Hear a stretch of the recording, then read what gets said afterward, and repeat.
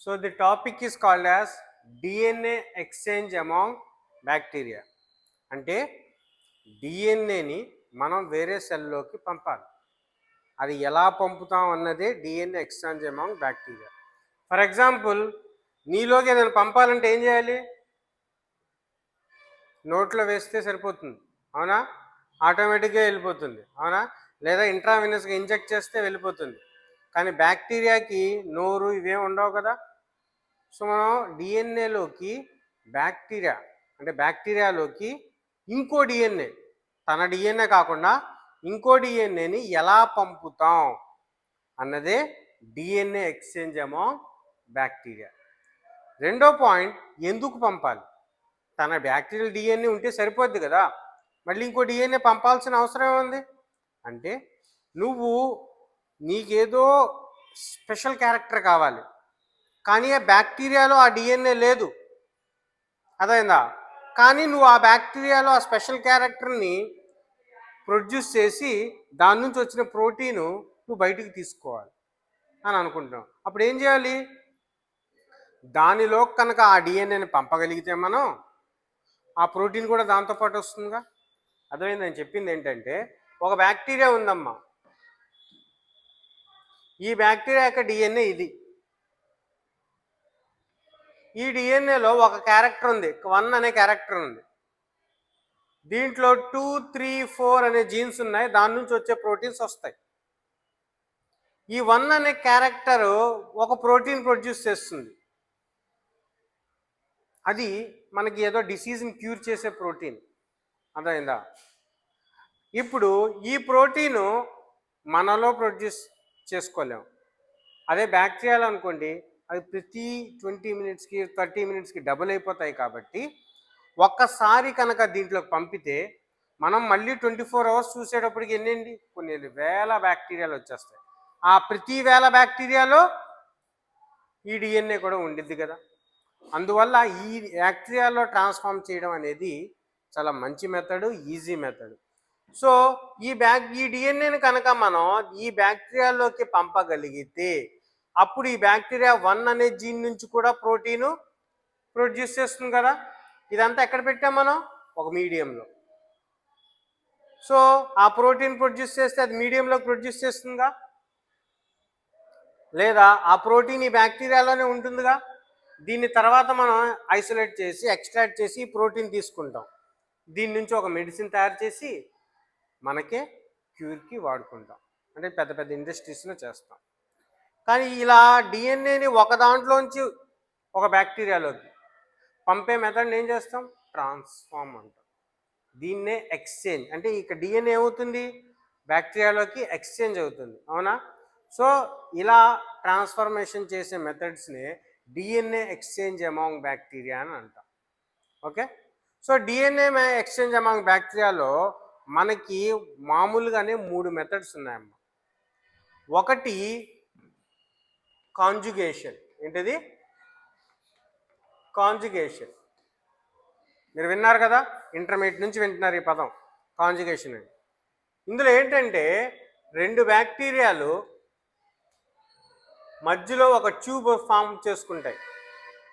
2 బ్యాక్టీరియాలు మధ్యలో ఒక tube form చేసుకుంటాయి. దాన్నే కాంజుగేషన్ ట్యూబ్ అంటాం. ఈ కాంజుగేషన్ ట్యూబ్లో డిఎన్ఏ ఒక దాంట్లోంచి ఇంకో దాంట్లోకి ట్రాన్స్ఫర్ అవుతుందన్నమాట. డిఎన్ఏ ఒక దాంట్లోంచి ఇంకో దాంట్లోకి ట్రాన్స్ఫర్ అవుతుంది. దాన్ని కాంజుగేషన్ మెథడ్ అంటాం. This pathway is known as synthesis of amino sugars. The name it self indicates that sugar means here glucose, which is combined with amino group.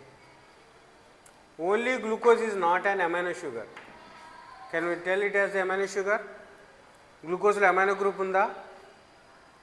Glucose lo amino group unda?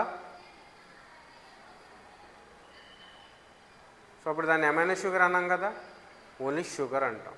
అదే glucose మాలిక్యూల్కి కనుక ఒక amino group కనుక attach అయితే అది డైరెక్ట్గా attach అవ్వచ్చు, లేదా దీంతో వేరే ఏదైనా ఏదో కాంపౌండ్తో అటాచ్ అవ్వచ్చు.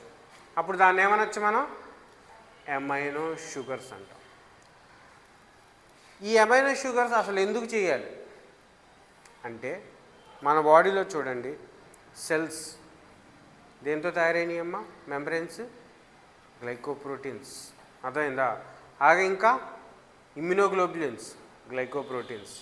బ్యాక్టీరియాలో cell wall, glycoproteins, amino glycans, ఇంకా గ్లైకోలిపిడ్స్ మన బాడీలో చాలా కార్టిలేజ్ ప్రోటీన్స్కి, ఓకేనా, ఇలాంటి డిఫెన్స్ మెకానిజమ్స్కి ఈ అన్నిటికి కావాల్సినవి ఏంటంటే glycoproteins, amino glycans, glycolipids and glyco sugars. ఇవన్నీ కావాలి. ఇవన్నిటిని ఈ పాత్వే ఇచ్చేస్తుంది. ఎవరికి ఏది కావాలో అది ఇచ్చేస్తుంది, ఓకేనా. అందుకని దీన్ని ఏమన్నా ఓవరాల్గా కలిపి సింథసిస్ ఆఫ్ అమైనో షుగర్స్. ఎవరికి ఏ కాంపౌండ్ కావాలో ఆ కాంపౌండ్స్ అన్నీ దీంట్లోంచే తయారవుతాయి. దీంట్లో ఫస్ట్ మాలిక్యూల్ వచ్చేటప్పటికి గ్లూకోజ్ అమ్మ. మరి ఈ పాత్ర ఏ టైంలో జరుగుతుంది సార్ అంటే, ఫర్ ఎగ్జాంపుల్ మీ దగ్గర ఎనర్జీ ఉంది, సో గ్లూకోజ్ గ్లైకాలసిస్ వెళ్ళాల్సిన అవసరం ఉందా? ఎనర్జీ ఉంది, వెళ్ళాల్సిన అవసరం ఉందా? మీ దగ్గర డబ్బులు ఉన్నాయి, మళ్ళీ సంపాదించడానికి వెళ్తారా? వెళ్ళారు కదా. సో గ్లూకోజ్ ఉంది, సో కాబట్టి మళ్ళీ ఎనర్జీకి వెళ్ళాల్సిన అవసరం లేదు కదా. సో అందుకని ఏం చేస్తామంటే, ఇప్పుడు గ్లూకోజ్ ఈ పాత్ర ఎప్పుడు జరుగుతుందంటే, when there is a no requirement of energy, అప్పుడు ఈ గ్లూకోజ్ ఏమవుతుందంటే వేరే పాత్రలోకి ఎంటర్ అవుతుంది. అలా చూసుకుంటూ మనం గ్లూకోజ్ ఫర్ ఎగ్జాంపుల్ NADPH2 కావాలనుకో ఏ పాత్రకి వెళ్తుంది? లాస్ట్ క్లాస్లో చెప్పుకున్నాం, హెచ్ఎంపిషెంట్ పాత్రకి వెళ్తున్నాను, అవునా. వేరేది ఏదైనా కావాలి ఆ పాత్రకి వెళ్తుంది. అలాగే ఈ పాత్రలో మనకేం కావాలి? ఇప్పుడు సెల్కి అమైనో షుగర్స్ కావాలి. సో అప్పుడు ఏం చేస్తుంది పాత్వే? అమైనో షుగర్స్ వైపు షిఫ్ట్ అవుతుంది. ఇంకో పాయింట్ చెప్పాను మీకు, సెల్ లోపలికి గ్లూకోజ్ ఒక్కసారి ఎంటర్ అయితే ఎలా మారుతుంది? గ్లూకోజ్ 6-ఫాస్ఫేట్గా మారిపోతుంది. ఒక్కసారి సెల్ లోపలికి గ్లూకోజ్ ఎంటర్ అయితే గ్లూకోజ్ 6-ఫాస్ఫేట్గా మారుతుంది. ఎందుకు మారుతుందంటే ఒక్కసారి ఫాస్ఫేట్తో అటాచ్ అయితే సెల్ బయటికి ఇంక వెళ్ళదు, అర్థమైందా? అదే ఇక్కడ వచ్చి ఫాస్ఫేట్గా ఇది అటాచ్ అవ్వకపోతే గ్లూకోజ్ బయటకు వచ్చే ఛాన్సెస్ ఉన్నాయి, అర్థమైందా?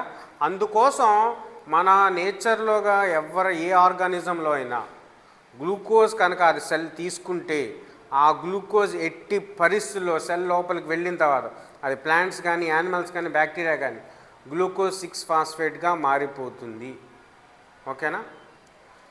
సో అందువల్ల గ్లూకోజ్ అనేది ఎప్పుడైనా ఏ సెల్లో తీసుకున్నప్పుడు గ్లూకోజ్ 6-ఫాస్ఫేట్గానే మారుతుంది. ఇక్కడ గ్లూకోజ్ 6-ఫాస్ఫేట్గా మారిన తర్వాత ఎనర్జీ కావాలంటే ఎనర్జీ వైపు వెళ్తుంది, లేదా ఇంకేమైనా కావాలంటే అదర్ హెచ్ఎంపిషెంట్ పాత్వేనా గ్లూకోనేజెన్సీస్ అటు వెళ్తుంది, లేదా మనకి అమైనో షుగర్స్ కావాలా ఆ టైంకి, అప్పుడు ఇటువైపు వస్తుంది పాత్వే. ఇప్పుడు గ్లూకోజ్ 6-ఫాస్ఫేట్ వచ్చేసింది. ఇప్పుడు మన సెల్కి ఏం కావాలంటే ఎనర్జీ అవసరంలా, పెంటోజెస్ అవసరంలా, NADPH2 అవసరంలా, ఏం కావాలి? అమైనో షుగర్స్ కావాలి. సో పాత్వే ఇప్పుడు ఎటు షిఫ్ట్ అవుతుంది? అమైనో షుగర్స్ వైపు షిఫ్ట్ అవుతుంది. అందుకని గ్లూకోజ్ సెల్ లోపలికి వచ్చి గ్లూకోజ్ 6-ఫాస్ఫేట్గా మారిన తర్వాత ఇక్కడ నుంచి ఇది ఎలా మారుతుంది? ఫ్రక్టోజ్ 6-ఫాస్ఫేట్గా మారుతుంది. గ్లూకోజ్ 6-ఫాస్ఫేట్ ఫ్రక్టోజ్ 6-ఫాస్ఫేట్గా మారాలంటే ఏం కావాలి? ఏం జరగాలి? ఇప్పటికి చాలాసార్లు చెప్పాను, గ్లూకోజ్ 6-ఫాస్ఫేట్ ఫ్రక్టోజ్ 6-ఫాస్ఫేట్గా మారాలి అంటే ఏం జరగాలి? గ్లైకాలసిస్లో కూడా ఉంది,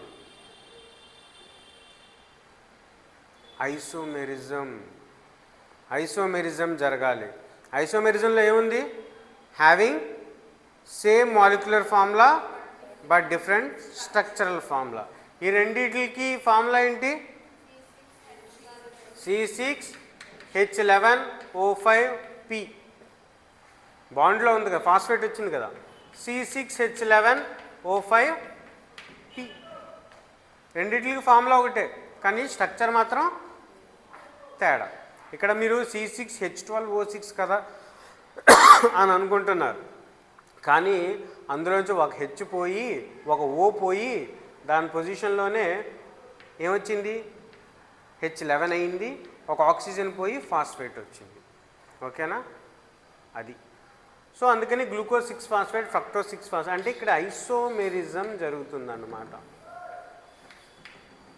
okay, glucose 6 phosphate is converted to fructose 6 phosphate. Fructose 6 phosphate is converted to glucosamine 6 phosphate. First glucosamine synthesis అనేది ఇక్కడ జరుగుతుంది. గ్లూటామేట్ ఇదేంటిది, గ్లూటామైన్. గ్లూటామేట్ వేరు, గ్లూటామైన్ వేరు. గ్లూటామేట్ అనేది ఏంటి, అమైనో యాసిడ్. అమైనో యాసిడ్ అంటే ఒక అమైనో గ్రూపు ఒక కార్బాక్సిల్ గ్రూపు ఉంటుంది. గ్లూటామిన్ అంటే ఒక ఎక్స్ట్రా అమైనో గ్రూప్ ఉంటుంది. అర్థమైందా, అంటే 2 అమైనో గ్రూప్స్ ఉంటాయన్నమాట. అందువల్ల గ్లూటామిన్ లోపలికి వస్తుంది, గ్లూటామేట్గా బయటికి వెళ్ళిపోతుంది. అంటే ఒక అమైనో గ్రూప్ ఏమైంది, ఫ్రక్టోజ్ 6 ఫాస్ఫేట్కి ఇచ్చింది. మళ్ళీ చెప్తున్నా వినండి. గ్లూటామిన్ అంటే ఫర్ ఎగ్జాంపుల్ ఇది గ్లూటామిన్ అనుకోండి అమ్మ, దీనికి NH2 ఉంటుంది, 2 NH2లు ఉంటాయి, ఒక COOH ఉంటుంది. గ్లూటామేట్ కనుకో ఒక NH2 ఒక COOH మాత్రమే ఉంటాయి. అర్థమైందా, ఇప్పుడు ఇది లోపలికి వచ్చింది. అర్థమైందా, ఎలా బయటకు వచ్చేసింది, ఇలా గ్లూటామేట్గా బయటకు వచ్చింది. అంటే ఇంకో అమైనో గ్రూప్ ఏమైంది, ఫ్రక్టోజ్ 6 ఫాస్ఫేట్కి ఇచ్చింది. ఇచ్చే ఎలా మారిపోయింది, గ్లూకోజెమిన్ 6 ఫాస్ఫేట్గా మారిపోయింది. ఇక్కడ దాకా చూడండి, ఈ దాంట్లో ఎమీన్ అన్న పదం వాడామా, వాడలా, కానీ ఇక్కడ ఏం వాడాం, ఎమీన్ 6 ఫాస్ఫేట్ అన్న అంటే ఎమీన్ అని వాడాం. ఎమీన్ ఎక్కడి నుంచి వచ్చింది, గ్లూటామిన్ ఇచ్చింది, ఒక అమైనో గ్రూప్ ఇచ్చి గ్లూకోజెమిన్ 6 ఫాస్ఫేట్గా మారిపోయింది. ఓకేనా, ఇంతవరకు క్లియరా. నెక్స్ట్ ఇలా ఒక విధంగా తయారవుతుంది. మన బాడీలో కొన్ని కాంపౌండ్స్లో వేరే చోట గ్లూకోజెమిన్లు ఉంటాయి, గ్లూకోజు అమైనో గ్రూపులు తయారు, అవి కూడా డైరెక్ట్గా పాత్వేలోకి ఎంటర్ అవుతాయి. చూడండి ఇక్కడ, అవి కూడా డైరెక్ట్గా ఎంటర్ అయ్యి గ్లూకోజ్ ఎమిన్ 6 ఫాస్ఫేట్లుగా మారుతాయి. అంటే వేరే దారి అన్నమాట. ఇప్పుడు ఫర్ ఎగ్జాంపుల్ వైష్ణవి దారిలో వచ్చింది, వచ్చి ఎక్కడికి కలిసింది, లార్డ్ సెంటర్లో కలిసింది. అర్థమైందా, ఇంకో అమ్మాయి వచ్చి ఇటు వచ్చింది, తినొచ్చిన ఎక్కడ కలిసింది, లార్డ్ సెంటర్లోనే కలిసింది. అర్థమైందా, ఆటోమేటిక్గా మీరు ఎటు నుంచైనా రాని, కానీ ఫామ్ అయ్యే కాంపౌండ్ గ్లూకోజెమిన్ 6 ఫాస్ఫేట్ అన్నమాట. ఓకేనా, వేరే వేరే దారుల ద్వారా ఇది తయారు చేయడం. So glucosamine 6 phosphate is convert to glucosamine 1 phosphate. మళ్ళీ ఇక్కడ ఏం జరిగింది, glucosamine 6 phosphate is convert to glucosamine 1 phosphate. అంటే ఏం జరిగింది, 6th పొజిషన్లో ఉన్న ఫాస్ఫేట్ ఫస్ట్ పొజిషన్కి షిఫ్ట్ అయింది. అర్థమైందా, అంటే రెండింటికి మాలిక్యులర్ ఫార్ములా ఒకటే. ఏ మారింది, స్ట్రక్చర్ మారింది. 6th పొజిషన్లో ఉన్న ఫాస్ఫేట్ ఫస్ట్ పొజిషన్, అంటే మళ్ళీ ఇక్కడ ఏం జరిగింది, ఐసోమెరిజం జరిగింది. ఓకేనా, to form glucosamine 1 phosphate. And this glucosamine 1 phosphate in the presence of ఎవరిది, యూటీపీ. యూటీపీ అంటే యూరిడిన్ ట్రైఫాస్ఫేట్. ఏంటది, యూరిడిన్ ట్రైఫాస్ఫేట్ లోపలికి వస్తుంది. ఏం బయటికి వెళ్ళిపోయింది, పిపిఐ అంటే పైరోఫాస్ఫేట్. 2 ఫాస్ఫేట్లు బయటికి వెళ్ళిపోయినాయి. అర్థమైందా, ఇక్కడ ఎంత ఉంది, 1 ఫాస్ఫేట్, 3 2 వెళ్ళిపోయినాయి. అంటే ఎన్ని మిగిలింది, 1 ఫాస్ఫేట్. ఇక్కడో ఫాస్ఫేట్, ఇక్కడో ఫాస్ఫేట్, 2 ఫాస్ఫేట్లు ఉన్నాయి. అప్పుడు ఏమవుతాయి, యూరిడిన్ డైఫాస్ఫేట్. ఓకేనా, ఏం మిగిలింది, గ్లూకోజెమిన్. సో యూడిపి గ్లూకోజెమిన్గా తయారైంది అన్నమాట. అర్థమైందా స్టెప్, మళ్ళీ రిపీట్ చేయనా. గ్లూకోజెమిన్ 1 ఫాస్ఫేట్ లోపలికి వచ్చింది, యూటీపీ కూడా లోపలికి వచ్చింది. యూటీపీలో ఎన్ని ఫాస్ఫేట్లు ఉంటాయి, 3 ఉంటాయి. 2 బయటికి వెళ్ళిపోయినాయి. అంటే ఎన్ని ఉన్నాయి, 1 ఉంది. ఇది లోపలికి వచ్చినప్పుడు దీనికి ఎన్ని ఉన్నాయి? ఒకటి ప్లస్ ఒకటి 2. Uridine diphosphate. డై అంటే 2 ఫాస్ఫేట్లు సరిపోయినాయా? గ్లూకోజ్ ఎమీన్ వచ్చింది to form UDP glucose amine. And this UDP glucose amine is converted into the glycosaminoglycans. డైరెక్ట్గా ఎలా మారిపోతుంది? గ్లైకోజో ఎమైనో గ్లైకాన్స్. గ్లైకోజో ఎమైనో గ్లైకాన్స్ అంటే చాలా ఇంపార్టెంట్ కాంపౌండ్స్. దాని కింద బెస్ట్ ఎగ్జాంపుల్ ఏంటంటే హెపారిన్. హెపారిన్ అంటే ఏంటమ్మా? హెపారిన్ పేరు విన్నారా? యాంటీకోయాగ్యులెంట్. ఏంటది? న్యాచురల్ యాంటీకోయాగ్యులెంట్. మన బాడీలో మన బ్లడ్ క్లాట్ అవ్వకుండా కాపాడుతుంది ఎవరంటే హెపారినే, న్యాచురల్ యాంటీకోయాగ్యులెంట్. అందుకనే మన బ్లడ్ కనుక బయటకు వచ్చేసి వెంటనే ఏమవుతుంది? కోయాగ్యులేట్ అయిపోతుంది. కానీ హెపారిన్ దాన్ని కోయాగ్యులేట్ అవ్వనివ్వకుండా అవుతుంది. ఓకేనా? Natural anticoagulant which is one of the glycosaminoglycans. అంటే గ్లైకోజో ఎమైనో గ్లైకాన్స్ తయారు చేసాం మనం. అలా ఇలా గ్లైకోజో ఎమైనో గ్లైకాన్స్ ఎక్కడైతే అవసరం ఉందో అన్ని చోట్ల యూస్ చేసుకుంటాయి. ఇది ఒకవైపు షిఫ్టింగ్. రెండోది, ఇవన్నీ గ్లైకోజో ఎమైనో గ్లైకాన్స్ అవసరమన్నీ తయారు చేసేసాం. ఇప్పుడు ఇవి వస్తూనే ఉంటాయి కదా, గ్లూకోజ్ ద్వారా వస్తూనే ఉంటే ఇంకా గ్లైకోజో ఎమైనో గ్లైకాన్స్ అవసరం లేదు అని పాత్వే వేరే వైపు షిఫ్ట్ చేసుకుంటుంది. ఎటువైపు? గ్లూకోజ్ ఎమిన్ 6 ఫాస్ఫేట్ ఎవరితో కలిసింది? ఎసిటైల్ కోఏతో కలిసింది. కలిసి చూడండి, N acetyl glucose amine 6 phosphate 2 కలిపితే ఏమవుతుంది? ఎన్ ఎసిటైల్ గ్లూకోజ్ ఎమిన్ 6 ఫాస్ఫేట్గా మారిపోయింది. N acetyl glucose amine 6 phosphate epimerase enzyme సమక్షంలో ఏంటది? ఎపిమిరేజ్. ఎపిమిరేజ్ అంటే ఏంటి? మళ్ళీ ఐసోమెరిజమే చేస్తుంది. ఎందుకంటే ఇది ఇక్కడ ఏముంది? Glucose amine 6 phosphate. ఇక్కడ ఏదేముంది? Mannosamine 6 phosphate. గ్లూకోజ్కి మ్యానోస్కి తేడా ఏంటమ్మా? Same formula, C6H12O6 C6H12O6. But ఏంటంటే OH group position second third పొజిషన్లో మారతాయి. అర్థమైందా? సో అందుకని N acetyl glucose amine 6 phosphate in presence of epimerase N acetyl mannosamine 6 ఫాస్ఫేట్గా మారుతుంది. N acetyl mannosamine 6 phosphate by phosphoenol pyruvate, by the phosphoenol pyruvate add అవుతుందమ్మా to form N acetyl neuraminic acid 6 phosphate. N acetyl neuraminic acid 6 phosphate. దేనికి sir ఇది అంటే దీన్ని షార్ట్కట్లో నాన్న అంటారు. అర్థమైందా? మీ నాన్న కాదు. అర్థమైందా? ఎన్ఎసిటైల్ న్యూరామినిక్ యాసిడ్. ఇది బ్యాక్టీరియాలో ఎక్కువగా జరుగుతుంది. ఎందుకంటే బ్యాక్టీరియల్ సెల్ వల్ల ఉంటుంది కదా. అర్థమైందా? నానో ఉంటుంది, ప్లస్ మన బాడీలో కూడా ఉంటుంది. ఎన్ఎసిటైల్ న్యూరామినిక్ యాసిడ్కి ఇంకో పేరుంది. ఏంటది? Sialic acid. ఏంటి? సియాలిక్ యాసిడ్ అని కూడా అంటాం. N acetyl neuraminic acid is also be called sialic acid. ఎక్కడ ఉంటుంది సార్ సియాలిక్ యాసిడ్? ఆర్బీసీ 120 డేస్కి చనిపోతుంది చూసారా, ఆర్బీసీ మీద ఈ సియాలిక్ యాసిడ్ ఉంటుంది. అర్థమైందా? ఎప్పుడైతే ఆర్బీసీ మీద ఈ సియాలిక్ యాసిడ్ 120 డోస్కి ఏమవుతుందంటే ఇట్ విల్ బ్రేక్ ఆఫ్. ఎప్పుడైతే సియాలిక్ యాసిడ్ లేదో దీన్ని ఫారెన్గా డిటెక్ట్ చేస్తుంది మన బాడీ. డిటెక్ట్ చేసి ఆర్బీసీని 120 రోజులకి చంపేస్తుంది. అర్థమైంది? ఎలా చచ్చిపోతుందంటే దానికి కారణం ఇది, sialic acid. So N acetyl neuraminic acid. So N acetyl neuraminic acid ఇంకా ఫర్దర్గా డిగ్రేడ్ అయ్యి గ్లైకోప్రోటీన్స్గా, గ్యాంగ్లియోసైడ్స్గా, సియాలిక్ యాసిడ్గా ఇవన్నీ తయారవుతాయి. ఓకేనా? సో ఇప్పటిదాకా 2 వేస్ చూసాం. గ్లూకోజ్ ఇలా వచ్చి గ్లైకోజ్ ఎమైనో గ్లైకాన్స్ కావాలంటే ఇటు వచ్చింది. ఇవన్నీ పుష్కలంగా ఉన్నాయనుకున్నప్పుడు వేరే పాత్వేలోకి ఎంటర్ అయ్యి ఇటువైపు వచ్చి ఇవి తయారు చేసుకుంది. నెక్స్ట్ ఇంకా ఇవి కూడా బాగానే ఉన్నాయి బాడీలో. సో ఇంకా గ్లూకోజ్లు వస్తూ ఉంటాయి కదా, ఆ గ్లూకోజ్ పాత్వేలతో ఇలా వచ్చి ఇక్కడ ఎన్ఎసిటైల్ గ్లూకోజ్ ఎమిన్ 6 ఫాస్ఫేట్ ఉంది కదా, ఇది ఎన్ఎసిటైల్ గ్లూకోజ్ ఎమిన్ 1 ఫాస్ఫేట్గా మారుతుంది. మళ్ళీ ఇక్కడ ఏం జరిగింది? 6th పొజిషన్లో ఫాస్ఫేట్ మారింది. ఓకేనా? ఎన్ఎసిటైల్ గ్లూకోజ్ ఎమిన్ 1 ఫాస్ఫేట్. ఇక్కడ అగైన్ ఎవరు వచ్చారు, యూటీపీ లోపలికి వచ్చింది, పీపీఐగా బయటికి వెళ్ళిపోయింది. ఓకేనా, 2 ఫాస్ఫేట్లు వెళ్ళిపోయినాయి. ఇక్కడ ఒక ఫాస్ఫేట్ ఉంది, ఇక్కడ ఒక ఫాస్ఫేట్, 2 ఫాస్ఫేట్లు యూడిపి ఎన్ఎస్టైల్ గ్లూకోజెమిన్గా ఉండిపోయింది.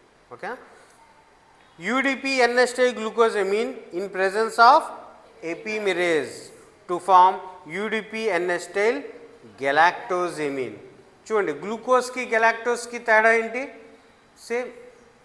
మా గుర్తుపెట్టుకోండి, గ్లూకోజ్, ఫ్రక్టోస్, మ్యానోస్, గెలాక్టోస్ ఇవన్నీ వీటికి ఫార్ములా ఒకటే, C6H12O6. అర్థమైందా?